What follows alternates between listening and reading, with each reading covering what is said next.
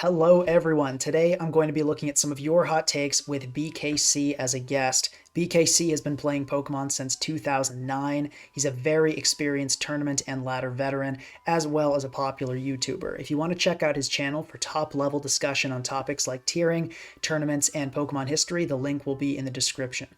BKC, thank you very much for joining. Thank you very much for having me. I love a good hot take. Many of my own takes are considered hot by others and normal by me, so I don't know what's going on there. So, for those of you that don't know, BKC is in many ways an expert in past generations. So, while some of the hot takes we have today are SVOU related, for the most part, I selected opinions that tackle some of the big issues in Pokemon spanning many generations. We have not discussed these beforehand, so there may be some disagreements. Maybe we'll be more aligned than I thought, but either way, I'm excited to figure it out. Let's get right into it. First up, Zanork says, Stealth Rock and post buff knockoff are travesties of game design that never should have been allowed.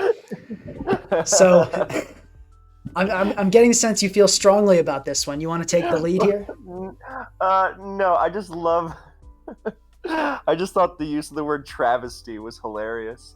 It's so dramatic, which, for the record, I am very pro drama, and I don't even think it's wrong. I've campaigned against Stealth Rock before. It does fundamentally warp the game to a degree that I don't think we would consider healthy if we weren't so Stockholm syndromed by it. People were campaigning to get rid of Stealth Rock, or at least test it as far back as Gen 4. And then, all the bureaucratic red tape came out. Like, oh, we don't ban moves, we, ban Pokemon, just deal with it, blah, blah, blah. And then once that ship sailed, it was gone for good. I remember at the beginning of Gen 7, people were like, guys, it's the beginning of Gen 7, let's finally test Stealth Rock, this thing warps the game. And then the people in charge basically said, LOL, no. So I would love to see a game without Stealth Rock. I think the move is pretty ridiculous. But yeah, as for knockoff, I don't feel as strongly. I think knockoff is just kind of nuts just by virtue of item removal in general. Like, forget the buff. Yeah.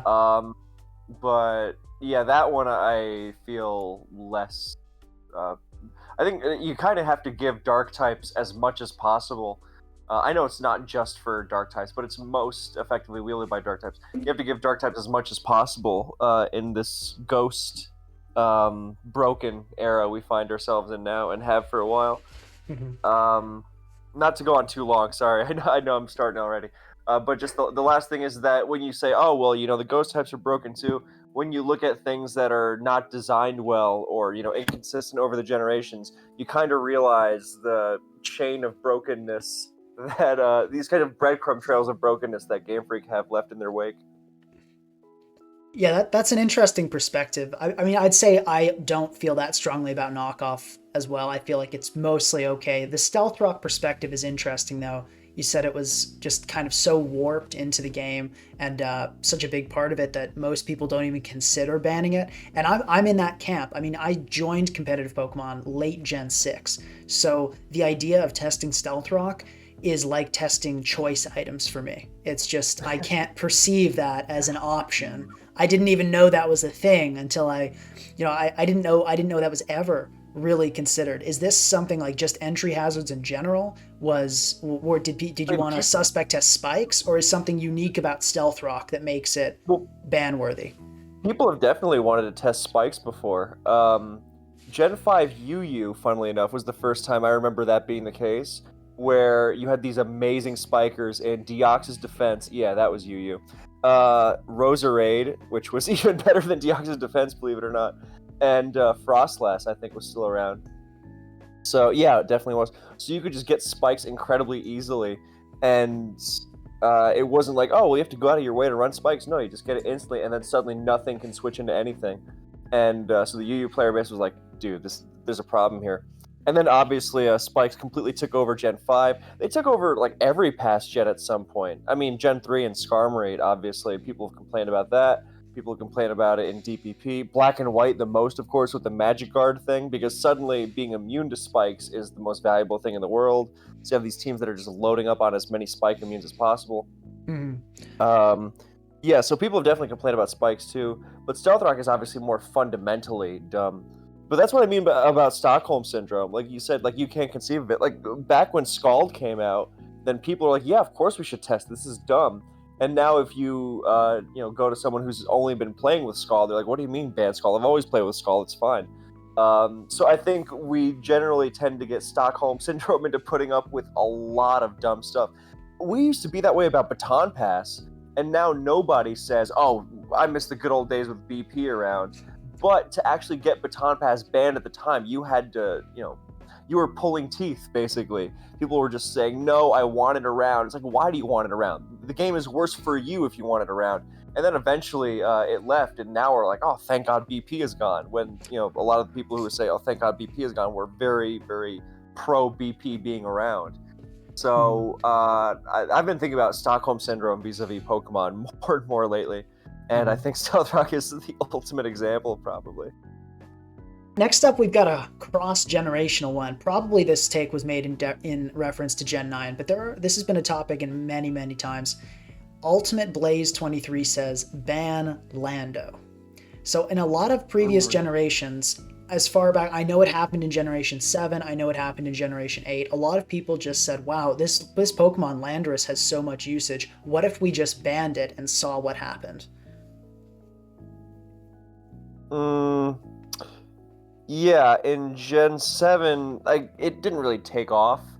I don't want to just accuse everything of being Stockholm Syndrome, but people, Pokemon players in general are very, very conservative with banning stuff, and they like their comfort, they like their familiarity, which is not a bad thing necessarily. But they'll fight to keep the stuff around, even if it's not necessarily good. Um, so with Lando, I think it's a milder case. I get the argument that was being made, which is that this thing's usage is so absurd that it feels necessary. And is that a good thing? It doesn't have to be a 100% answer one way or the other, but just the questions around it were interesting insofar as it was like, okay, well, Lando's on every team. Is it too good to not be used? Does that make it too strong? Does the fact that we rely on Lando to counter everything, is that a sign of the metagame not being healthy? That this is the only answer we can muster for pretty much everything that's flying around right now.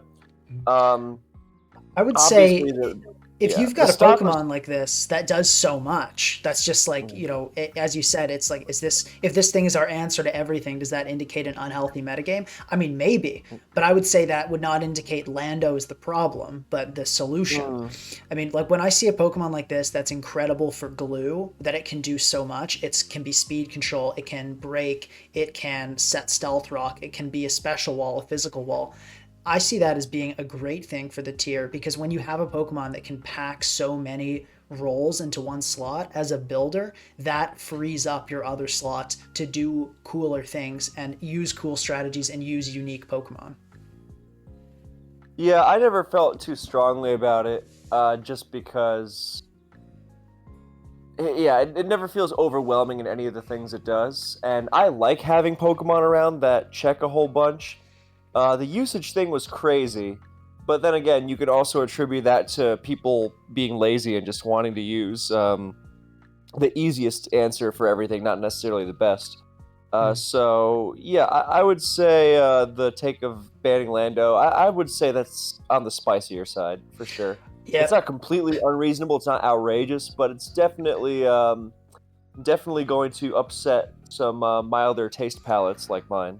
it's a bit hot. I would say it's not very good though. I think you need glue Pokemon. If you get rid of glue Pokemon, you end up with a really rough metagame really fast. Yeah. Waniel says Smogon needs to reevaluate its banning policy post Gen 8. Dropped box legendaries like Zama and Kyurem should default back to Ubers every new generation and be revoted on to allow into OU. More legendaries should be allowed into OU this way, particularly the ones that fell off, like Lugia. He also goes on to say that Smogon should be more open to banning broken signature moves and abilities instead of the entire Pokemon, since it's not now just legendaries that gets them, and he goes on to cite Houndstone with last respects. So kind of a couple takes there. I guess the first one is that this idea that box legendaries should just default to Ubers. I think that's complete silliness. I mean, being a legendary means nothing. It's all about stats. It's all about abilities, typing. Curem is not immediate in Uber's level Pokemon. I personally hate it, so I'd love if it started in Uber's, but that doesn't really make sense in the context of tiering. This is an interesting one because like there are parts like the legendary distinction I don't think is very good at all, like you said. But I like the idea of a bigger ban list to start with in general because I've seen so many generations where it takes so long to get to a metagame that isn't ridiculous because we insist on starting the gen with stuff that's obviously going to be broken, and then we waste time arguing, is this thing really broken? And then, yes, it obviously is. You know, I'm talking the Genesects of the world. Mm. But it's And so cool. Its shiny form is so pretty and red. it's whatever the reason is. Um, yeah, and I guess this is before your time, but in Gen 6, we had a UU tier leader named Coco Loco, and he had a method where basically he banned anything that looked like it might even slightly be a problem. So the ban list would start enormous, but he would wind up testing these crazy things like one at a time. So, but he would be testing them from a position of being banned. So, oh, we can test Magnezone in UU, and we can see if it's busted or not. Okay, well, you know, because when you have the starting point of a metagame that is balanced, then you're not having this, you know, cascade of broken stuff checking each other. Oh, well, this thing was fine before, but then we banned the thing that was keeping it in check because that was broken, so now this thing is broken. So you start from a balanced place, and then you see, oh, can this fit into this metagame? Can not fit into this metagame? And that system meant UU was pretty much always in a very, very good position. I really liked it. I'm very pro big ban lists to start, just because I think that means the metagame is in the best position to begin with, and you really eliminate a lot of the pointless confusion that winds up plaguing metagames for so long, sometimes into perpetuity, in the case of something like Gen 5. Mm-hmm. So, yeah, I like that idea of the big ban list. Also, my last point in this is that even if like something winds up not being broken, you don't really lose anything from it not being allowed. Like, again, to go back to Baton Pass, like, I remember in DPP when people were like, are we sure we can't preserve Baton Pass in this form or whatever? And McMegan came in and said, no, just get rid of the whole move. It's ridiculous. And you will not lose anything by having it banned. Will it be, you know, mildly annoying that you can't use, I don't know, Nasty Plot Pass Celebi or whatever? Yeah, okay. But you are not losing some intrinsic part of the tier by doing so. And that kind of thing applied to the Frostlass ban as well. It's with the whole Snowcloak debacle. As much as I disagree with it, you know, it also can't really be argued that, like, yeah, okay, it's a waste to ban Frostlass. At the same time, it doesn't really change anything. So yeah, this is the legendaries part. That's not a good distinction to make. But I mean, nobody cares about Articuno, for example. But but yeah, I like the idea of the big ban list.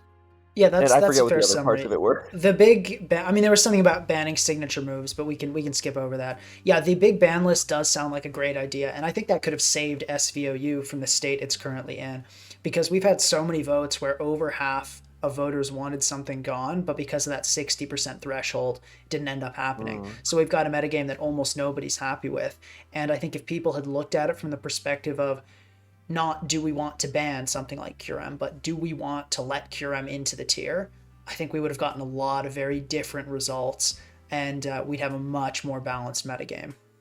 Now before we discuss hazards, now we're going on to boots. Grunkle G says heavy duty boots took as much away from the game as they added. Watching a lot of FSG has sort of made me realize how much Tim's, which for those of you that don't know are a shoe brand, have actually screwed over a fair amount of Pokemon who require hazard chip damage to function effectively. Biggest winners of the item were fundamentally already good Pokemon, like Weavile, Volcarona, and Blissey, while something like Charizard or Articuno don't magically become incredible Pokemon.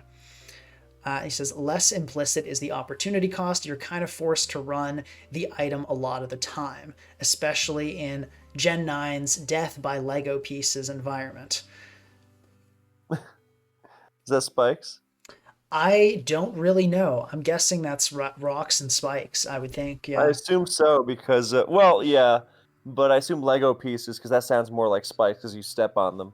Mhm. Yeah, And there's like probably. ceaseless edge and stuff like Yeah, that. That's what Hisui and that Samurott. Samurott move is, right? Yeah, Mhm. yeah. Um,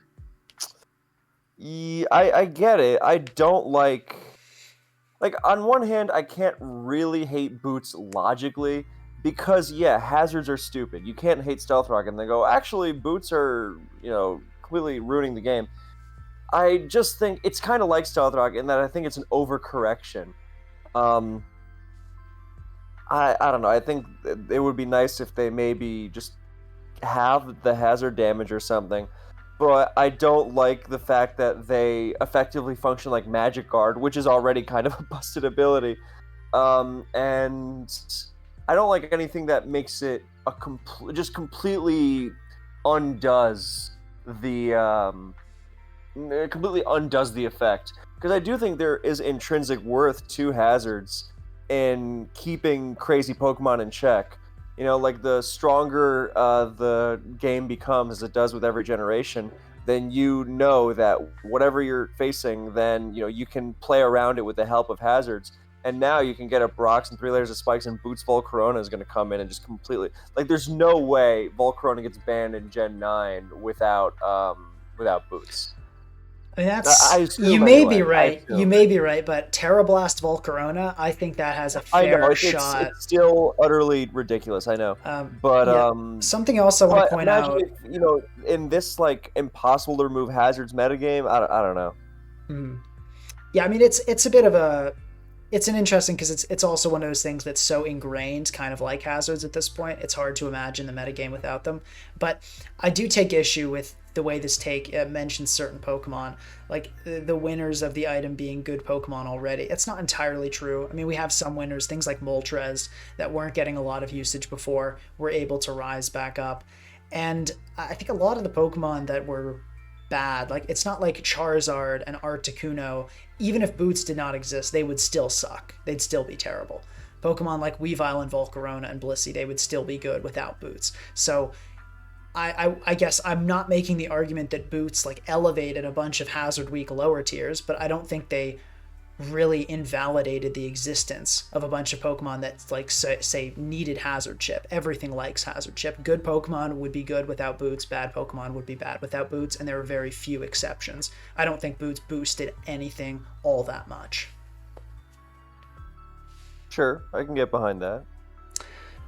Oh, next up we got Spicy Water. So I guess maybe a reference to the take we're about to hear. Stall is a Oh boy. super fun play style to play against and also to watch, using your team to figure out how to break their defensive core over many turns, and that is engaging and fun gameplay.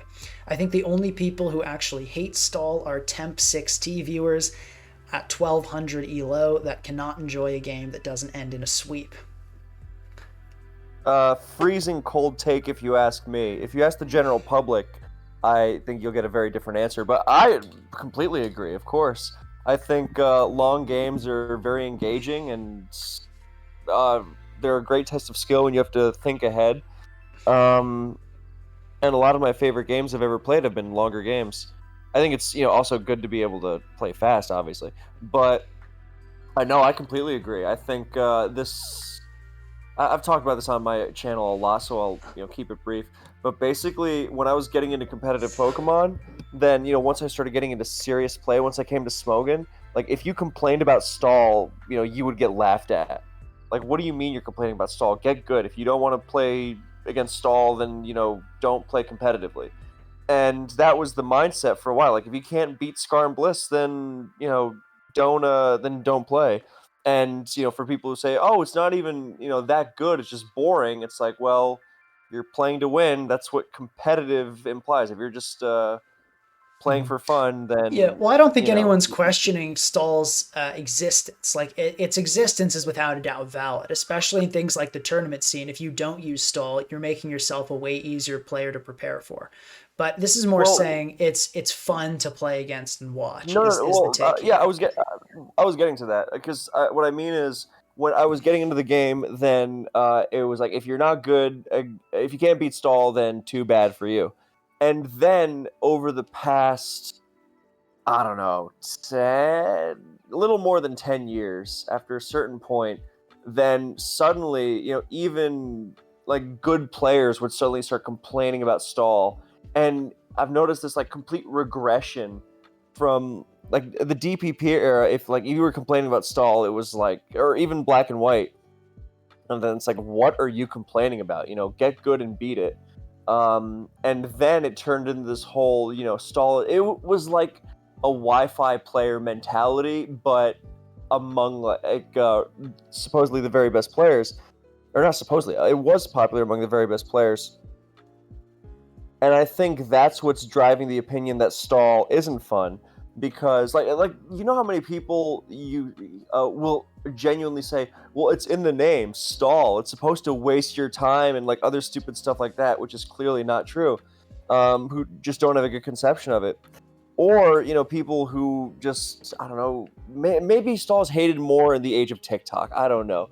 I haven't made that study, but attention spans are not doing great, and as soon as you slow the game down, then some people, their blood just boils and they like physically can't handle it, which I'm sure everyone has experienced for themselves, like when they use a recovery move on ladder, even if it's an offensive team, and it's like their opponent starts cussing them out because they want the quick and easy wins, and as if they're gonna lose, it better be over fast. Mm-hmm. So I agree with this take completely. Of course, if you like playing the game, then theoretically you don't like if it goes on for a little while, right? And true insane stall wars that go on for like 2 hours or something, those are very, very, very rare, even in something like GSC. So yeah, I personally agree with it 100%. But the reason why a lot of people are going to disagree with you are I'm not saying it's completely invalid to dislike stall. If you don't like playing it, you don't like playing it. It's a preference. But like the idea that stall is actually fun to use, I mean, there are a lot of great players who share that opinion and use it often because it's good and it can be fun to use, and also winning tends to be fun. So I know that we're playing competitive Pokemon. It's supposed to be, oh, it's a kid's game or whatever. But once you venture into tournament play or wanting to be successful on the ladder, as soon as you start making winning your goal, then you can't be very particular about, oh, it's fun, it's not fun.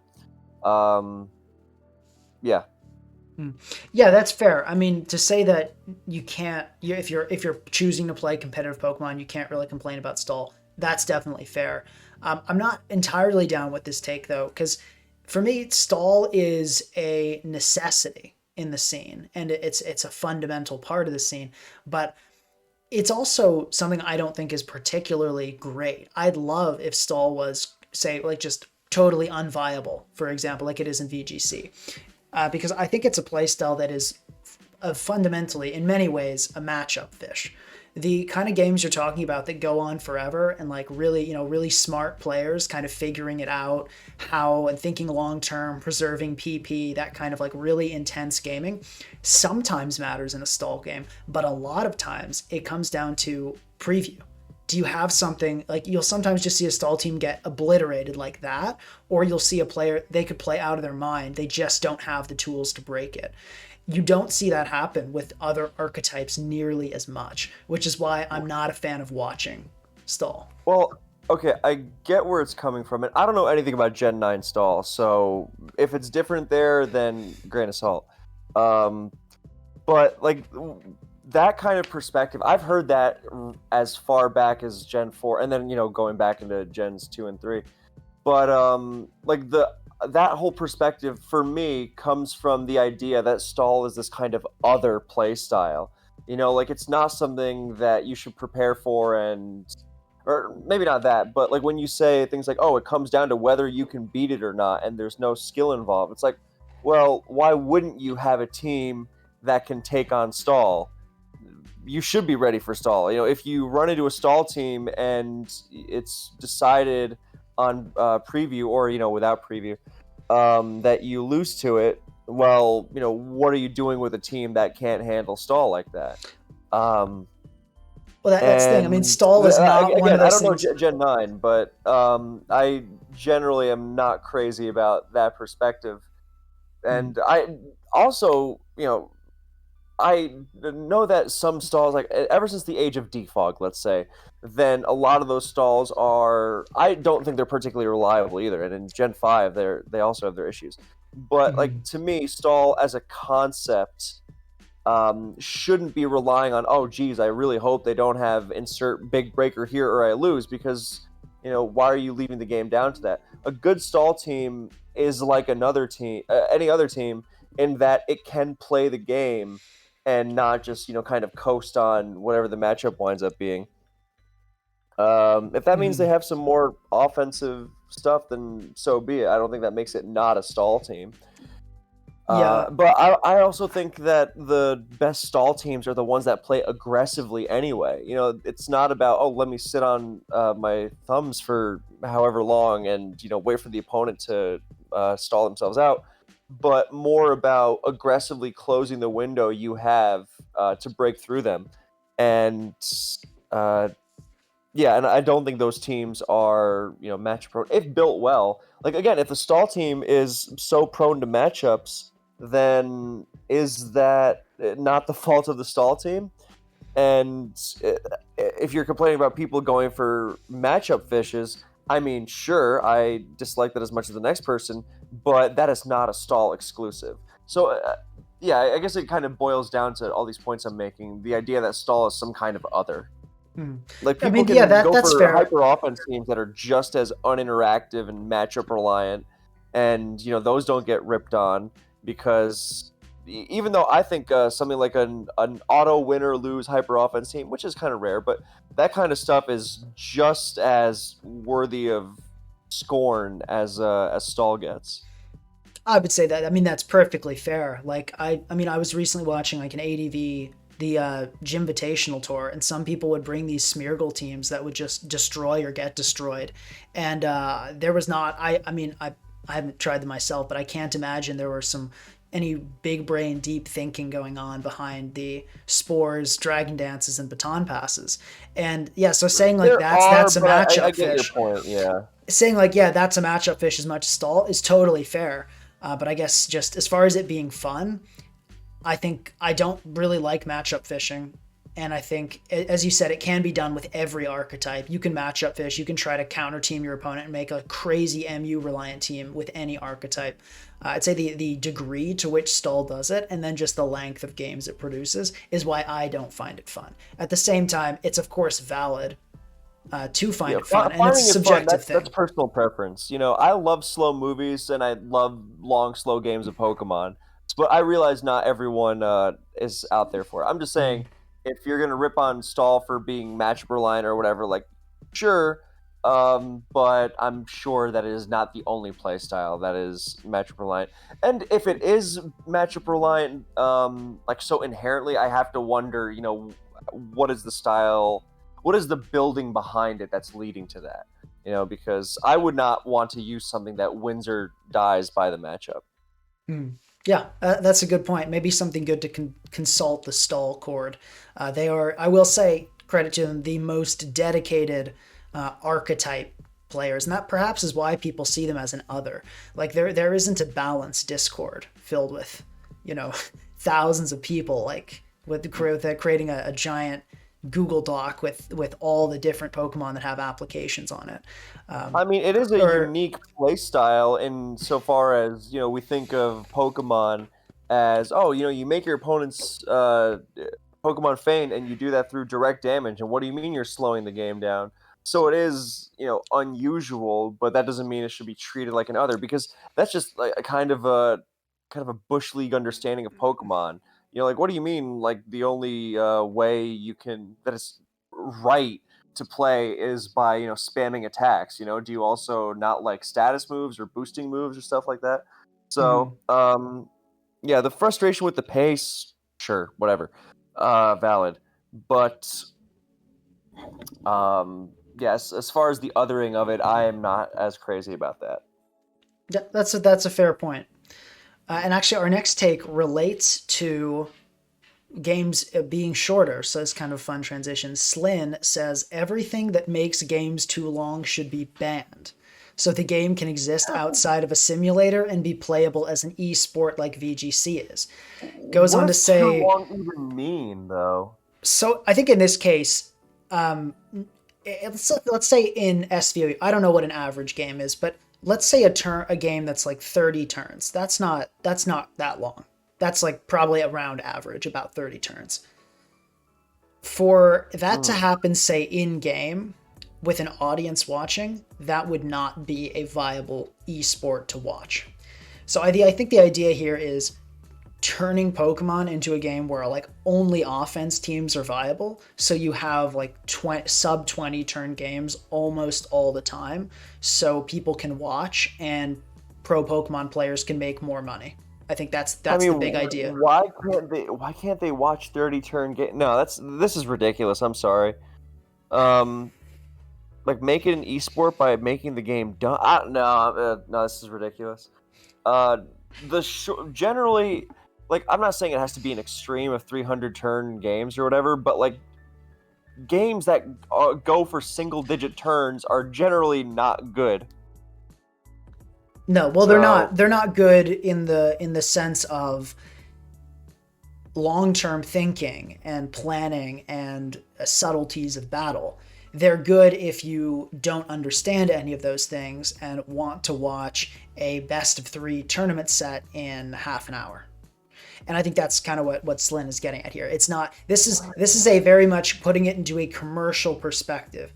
In this case, like somebody like you, like experienced tournament player that like really likes long-term games with lots of thinking and planning, that is not what the average viewer wants. I think general just TV programming today proves that. I really hate the parallels to movies this is bringing up in my mind, because it's like, well, do you want it to be good or do you want it to sell to a lot of people who don't care and just want the dumbed down version? Appealing to the lowest common denominator. So I get that it's a better commercial strategy, I guess, if the game can be done in 9-10 turns. But do you care more about that? Like, who is that benefiting? I guess the Pokemon players make money or something. I don't know. I wouldn't say this is a terrible take. That's not take. the kind of Pokemon I would want to play. There's a reason I don't play VGC. Yeah, that's fair. I wouldn't want to play that kind of Pokemon either. I like it the way it is as a game, but I do get what Slin is saying. I think there's something to be said for that. The problem is it already exists. Like he says, like VGC, what about VGC? If you want to watch a 6-turn game, go watch VGC. It's already popular. It's established. You're not going to make singles on par with VGC in that, because 2 Pokemon on the field just makes it faster. People already look at singles like, what is that freak show? Doubles is the real Pokemon format. So well, we're on I like this. Basically just boils down to dumbing the game down makes it more commercial, which it's not wrong. So but as for whether it should, I mean, I guess that depends on if you think Pokemon should be an esport or not. I don't know that it. Look, I don't know anything about esports. I don't really care to.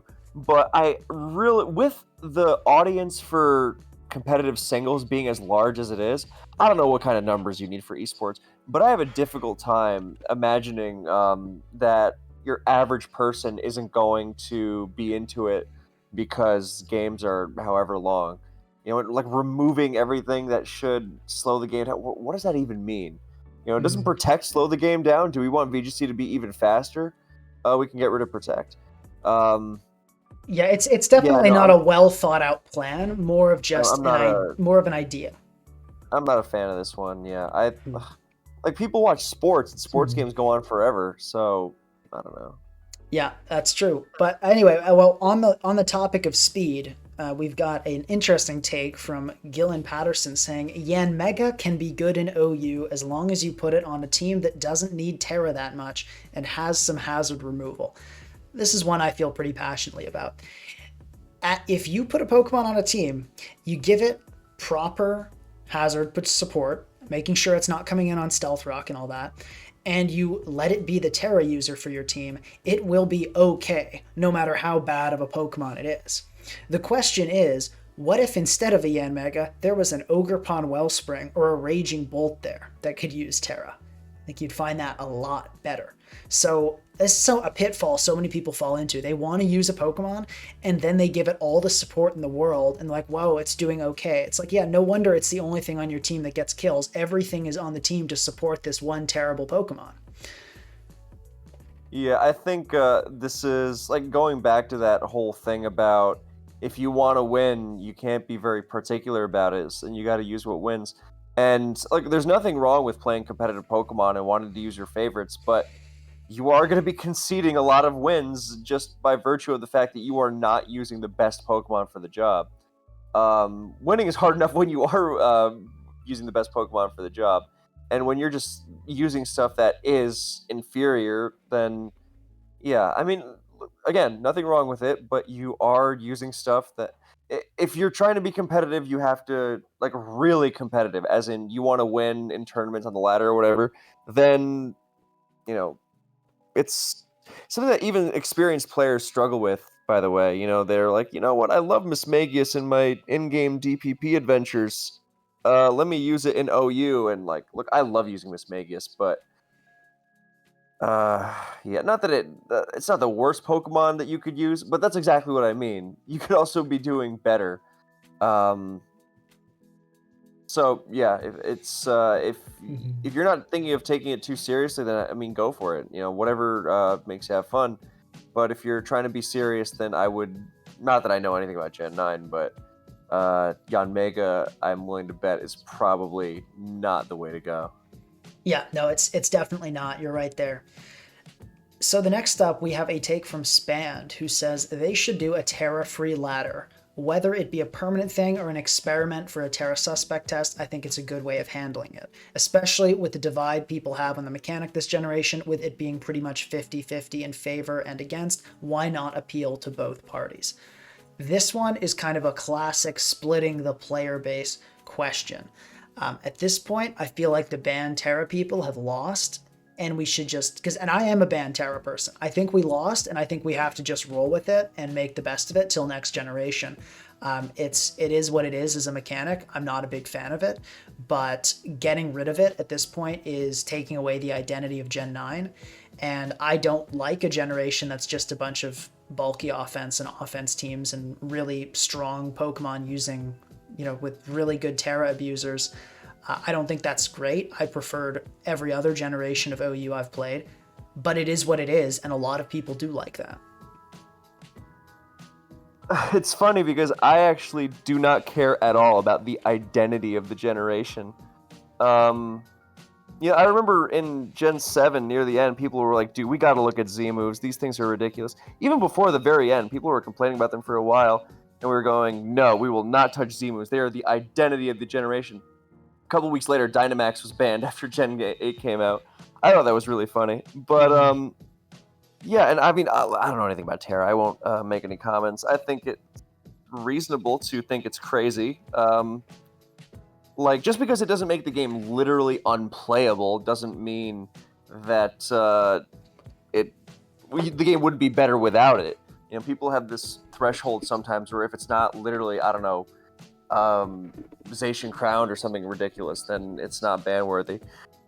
But yeah, the identity of the metagame, like, do you want to stick to the identity it has? Because, when you stick to the identity, this is not just a Pokemon thing either. When you try and preserve the identity of something that exists beforehand, at all costs, then you very often wind up with something worse, because instead of embracing the possibility of something new and better, then you're like, you know what, it's been like this, so therefore it will continue to be like this, and we will suffer through it rather than accept something else.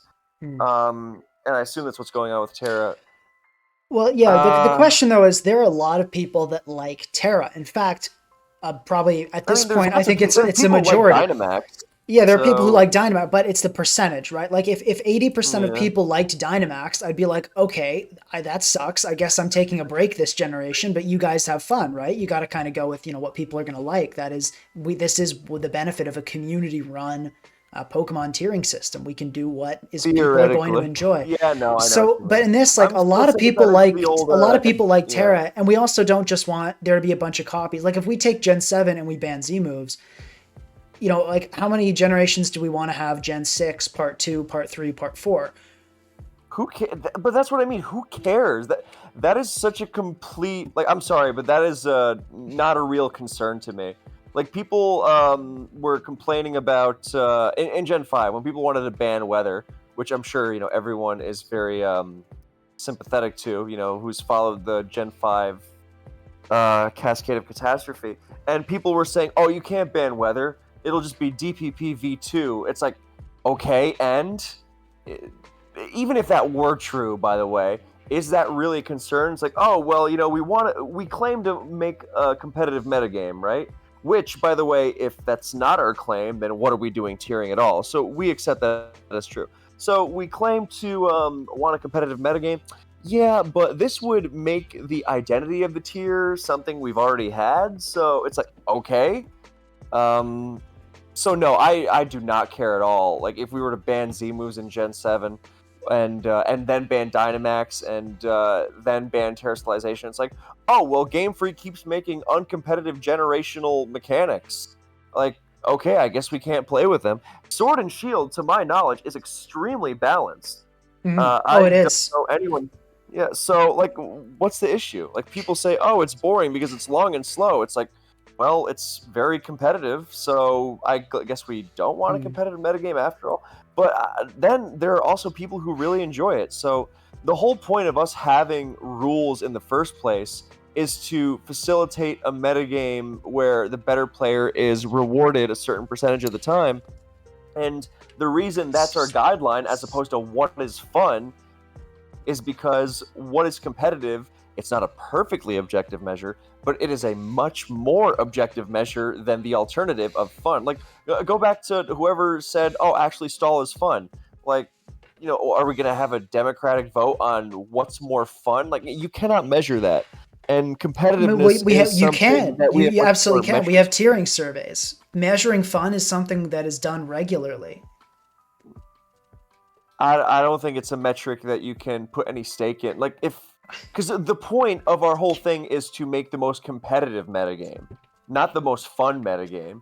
Because if we're just gonna go fun, it's like, hey guys, wouldn't it be fun to let Rayquaza loose in OU? A lot of people would call that very, very fun.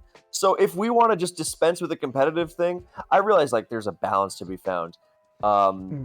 but like I'm kind of a purist in this regard, and if people are going to say, you know what, Sword and Shield is super competitive, but I find it boring, then okay, let it die.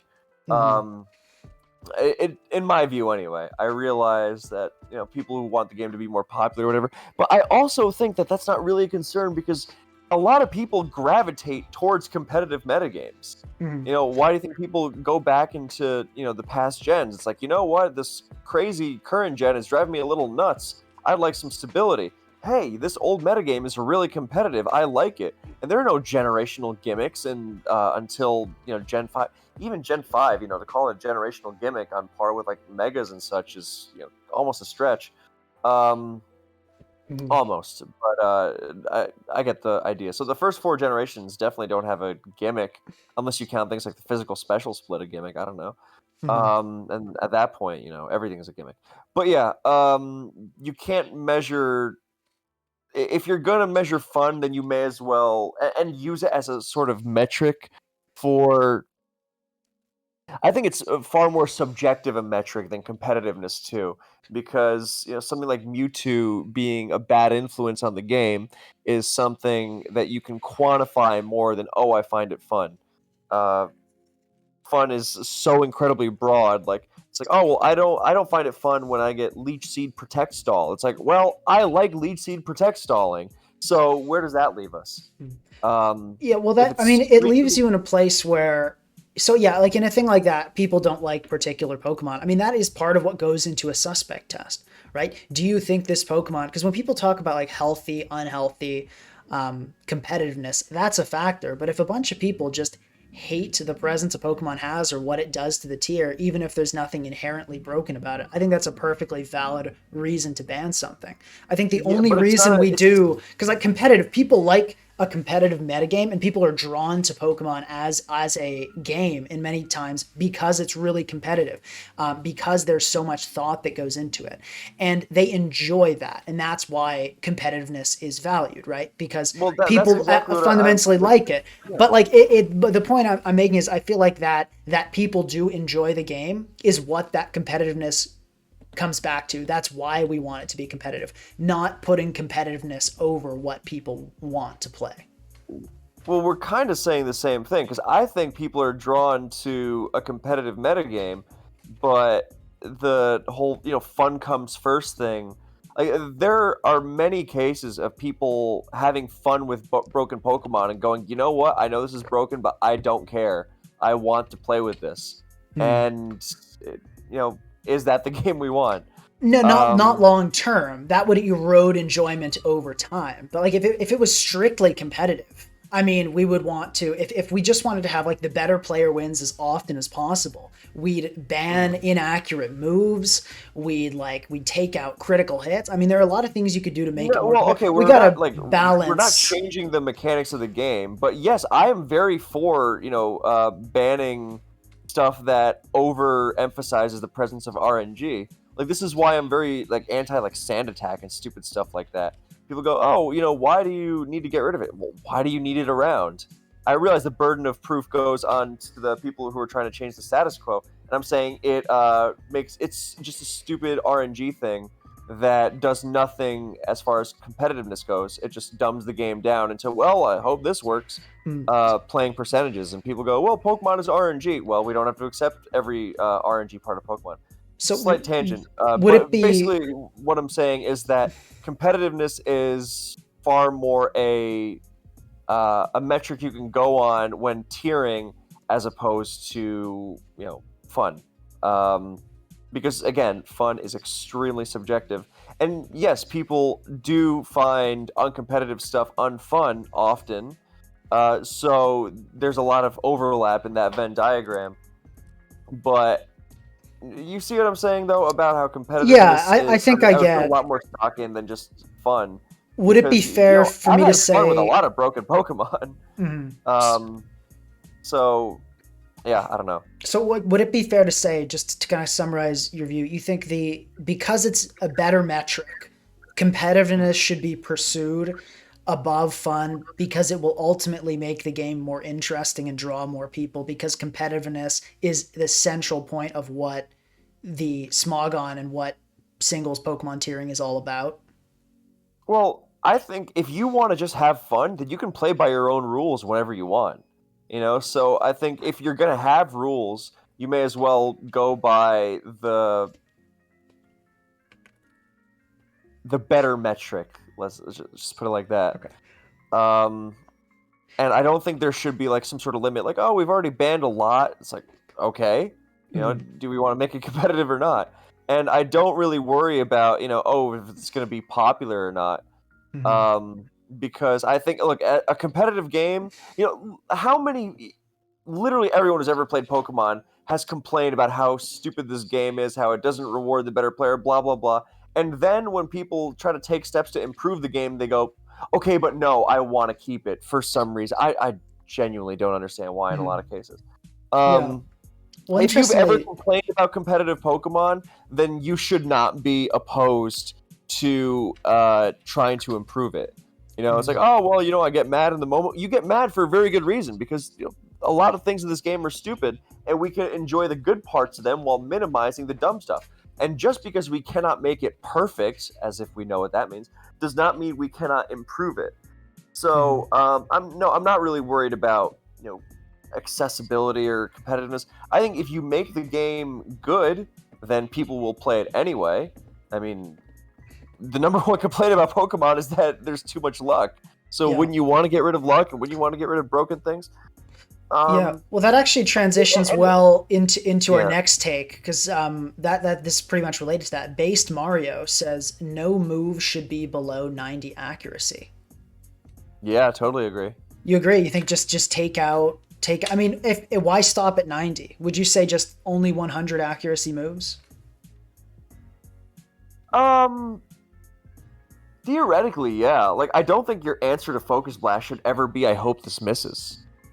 Like even though I understand Pokemon is a game of playing odds, but basically, if you had uh, if you had a teammate, let's say, or if you were, because if you put players in like a Smogon Premier League situation where the stakes are high and everyone's trying, so you know that it matters, and you can't just say, "Oh, it's just affecting me, therefore I'll just mess around and do whatever."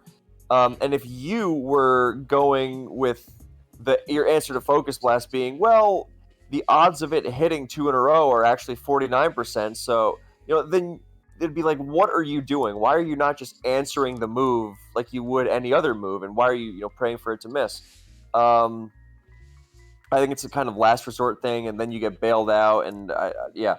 So yeah, I have no issue with Focus Blast being 100% accurate, uh, simply because I have never really thought, man, I really my answer to Focus Blast needs to be to dodge it because it'll miss eventually, right? Because that's out of my control. I would much rather to control it by switching in Fighting Resist or things that can Hmm. withstand it, things like that. Um, so yeah, I understand the idea that the stronger the move, the more it gets balanced by accuracy or whatever. But then again, close combat is just as strong as Focus Blast, and Yeah, but that it's perfectly contacts accurate. that Yeah, contacts thing is a big deal as well as the defense drop. But I mean, I know you know that. I like Um, okay, but you can but have drawbacks without it being accuracy, yeah, And then that's people no, say, that's fair. I yeah, would well, like. Alakazam would be broken with 100% accurate Focus Blast. It's like, all right, well, that would just make Alakazam broken now. Hmm. Because if it's so broken that you're relying on it to miss Focus Blast against you, then good lord, get this nonsense out of here. But I really doubt that would be the case. So No, I mean that's a good point. I would love to see Pokemon design more moves with drawbacks that are consistent rather than accuracy. I hate accuracy as a drawback, and I'm not a big fan of it Mhm. as a mechanic. So I think we're kind of mostly aligned there. At the same time, I think we should acknowledge there is some skill, as you said, in playing the odds. Identifying which routes are less likely to get you hacked is and has always been a crucial part of top level play. Yeah, but that's never gonna go away, even if you make all the moves 100% accurate. So Well, it'll I'm not it'll really worried. reduce it. It'll definitely reduce that at least. No, no, it won't.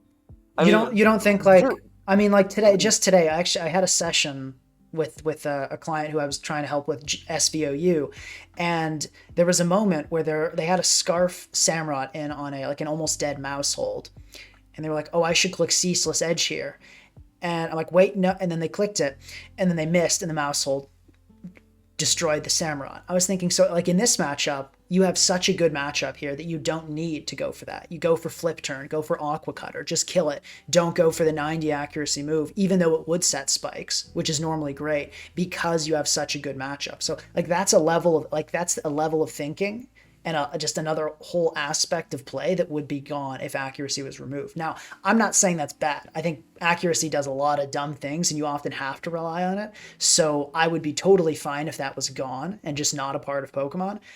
That being said, it is an aspect of the game that does involve thinking and complexity.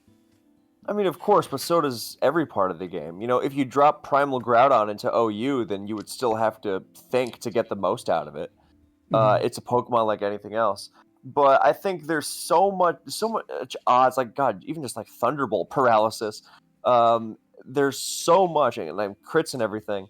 That I don't think you're ever getting rid of that. Like, yeah, you reduce it. I don't think it's a bad thing. But also, forget odds management, like just position management, which I would argue is a lot more, maybe not important. No, I think it is more important because you put yourself in a great position, and then the odds bail out the player who played worse. And now, if you get yourself in that better position, you are much less likely to get bailed out or to get ruined anyway. So I think it's a good thing. Yeah, you have to take odds into account to be good at Pokemon. You also have to take the position of the game into account, and obviously the odds feed into that, of course. But I realize people are saying, if you don't want RNG, go play chess. But does that mean we accept all RNG anyway? Like, if that's the case, like then we better start unbanning Oko moves and things like that. So I think that's just generally I'm so tired of that argument. Like, we can't get rid of all of it. We're not changing the game mechanics, but if it's dumb, then it's dumb, and we get rid of it. Dumb, uncompetitive, broken. I'm using those as synonyms, colloquially. So, yeah, I have no issue with that. Yeah, interesting. I mean, that's the thing. I haven't really thought about it much, just because it's such a wild idea to just ban all moves without inaccuracy. But it would be an interesting thing to try, and I would agree that things like positioning are more important and are a bigger deal than odds management. And the game would still be fun. If every move turned 100% accurate, I think the game still would be fun, and perhaps even more fun. I mean, like that argument you said about chess, there's something to be said for that. The game sometimes rewarding the worst player for some people is interesting. Like in a game like I say, like a fighting game like Smash Bros. I mean, the better player wins almost 100% of the time. Like a chess people do that. As far as I know. Yeah. Yeah, but it's at the same time, do we want all games to be where the better player wins almost 100% of the time? I mean, that sounds awesome. Deeper. Yes, I would love that. You love that? Okay, I guess that's interesting, because I kind of like, part of me likes how in Pokemon, with matchup, with like good luck, unexpected things can happen, and obviously I don't always like when it happens to me, but it's kind of exciting. See, I find that kind of excitement to be very cheap and very kind of surface level, and I think like if you're not really interested in if the competitive side does not hold interest for you, then I don't think you should try to spice it up by adding dumb stuff into it. Also, first of all, you're never going to get rid of matchup anyway. Even in a metagame as small as RBYOU. But the nice thing about those early metagames, for example, is I remember when Gen 6 was the current gen, and everyone every Gen 6 OU game was, I had an unwinnable matchup. It's the easiest thing in the world to claim, even though it's usually not true. But in RBY, if there's one thing that will not happen to you, is if you have a good team, you will not lose on matchup. Even if you have like the worst thing imaginable, like Zapdos into Rhydon, it is still very, very, very winnable, even though there's an advantage. But yeah, no, I find the competitive aspect of the game fascinating, and I don't think that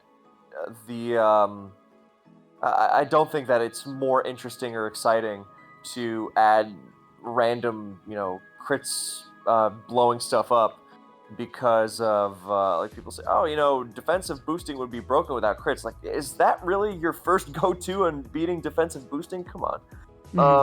That's fair. So yeah. So yeah, no, I think it would be completely fine if the better player won almost 100% of the time. People love fighting games. People love chess. People love, I don't know, in other games. So I assume that's a big part of the appeal. Like, you don't play the whole game perfectly and then, whoops, never mind. Your Thunderbolt, your opponent's Thunderbolt just decided to do something stupid. So yeah, that's me personally. Yeah, I haven't really thought about it enough to know if I would be okay with a game in which the better player wins 100% of the time. I definitely do understand why some people like it. I think to call the excitement cheap, I get what you mean, but at the same time, what people cheap find is maybe entertaining. A little harsh. Like, it's a harsh terminology on my part, But think of it like in the same way I'm looking at like the whole make the game more popular. The same way people look at movies. My favorite frame of reference, obviously. It's like, yeah, okay, this is like good and it's intelligent, it's well made, but like, can we make it more sexy? Can we dumb it down so that we can appeal to the lowest common denominator? And I really, really don't like that kind of stuff. So I Mhm. find like in the moment, a crit can be very exciting and funny or whatever. But in the long term, I don't find that kind of thing nearly as satisfying. Like if I win because I played worse and then I got a crit in the moment, I'm like, yeah, I won. And then in the long term, I'm like, yeah, well, I still played worse that game. You can't look at that game and go, oh yeah, that guy really deserved the win. And I think that's much more fulfilling and I think it's also more interesting. Like if you like the whole reason we ban broken things is to get rid of things that dumb down the game. Like we just banned Machamp from DPPOU because Machamp, you don't have to think about the game at all. Mhm. I'm exaggerating here, obviously, but a large part of why Machamp is busted is that in many cases you don't have to think about what you're facing. You click Dynamic Punch and pray, and a lot of times it's going to work out pretty well. You're facing the bulkiest physical wall in the tier in Hippowdon. You just Dynamic Punch a couple times. You know what? You might just break your way through it. People do that all the time. Mhm. So same with something like Jirachi Ironhead, which yes is also an issue, and one I would love to deal with. Yeah. But because there was a lot of pushback going, oh well, why not Jirachi? Well, I would love to do Jirachi too, but if we have to tackle this first, no reason not to do it. Anyway, yeah. So that's why I personally think it's more of a cheap thrill kind of thing. Like, oh man, that's hilarious. He got crit. Oh well, it happened to me. Well, now why isn't everyone outraged over it? As I don't like that kind of stuff. Mhm. Yeah, that's definitely fair. It's not my favorite part of the game, and I think probably a lot of the viewers can relate to that as well. So we've got a bit of a different take here, going toward more game design, saying Wiz Teria says, Dexiting a ton of Pokemon each generation is a great thing for competitive singles. Years of accumulated power creep means too many threats to prep for and too much variability match to match. Dexiting a bunch of Pokemon offsets this and allows for a more balanced metagame. As long as the Dexited Pokemon are cycled back in the next generation, it's a net positive for singles. I personally think this is a great take. I was upset about Dexit when it first happened because I was like, oh no, I can't use all my favorites. And then I thought about it a little more, and it's like, yeah, when we have 2,000 Pokemon, what's going to be, how are you going to have any semblance of a balanced metagame ever? I mean, having kind of a smaller pool will not only allow certain Pokemon to shine, like I can tell you in Gen 8, Regieleki would have had no shot doing anything if Gliscor was in the tier. So I kind of like that it allows certain Pokemon to shine, and I think it's great for balancing and great for creating variety through the generations, especially if we ban the main mechanic, which is looking pretty likely at this point with the kind of mechanics that Nintendo's been pumping out. Yeah, I think it's a good idea too. When I'm all about the competitive side, obviously, and you don't want it to be too much. Um, because then the matchup cries are very very real, and not to say that won't always be ways to find consistent success. Of course, that's just Pokemon for you, but there are times where it is more pronounced than others. I like metagames that are contained, and people say, oh well, this metagame is so boring, there's only a couple of Pokemon. It's like, so people have been playing RBY for almost 30 years at this point, and they're still finding new interesting ways to play it. No other tier has any excuse whatsoever. Like the most successful RBY player is like, oh, you know what? This tier is just the same thing over and over. And the guy goes, I find new scenarios like every single game I play because the Pokemon are familiar. I think it's a very surface level view of Pokemon. I realize I'm going off on a little bit of a tangent. Sorry, but I think it's related in that we want all these Pokemon available. I like my toys, and I'm making them sound like complete idiots. I'm sorry. I don't mean to do that in this case. But yeah, I say all that to say that yes, Dexit, good, absolutely agree. Mhm. If only to minimize the whole "there's a million Pokemon, how do I prepare for them" thing. Mhm. Yeah, definitely. Well, for our last hot take of the day, we have one from our colleague Jimothy Cool saying Blissey is the most overhated Pokemon of all time. It's a great and balanced defensive mon design, and it needs to exist for balance purposes. I think this is a pretty good Yeah, take. Yeah, I mean, the other thing about Blissey is that it's not just a stall Pokemon.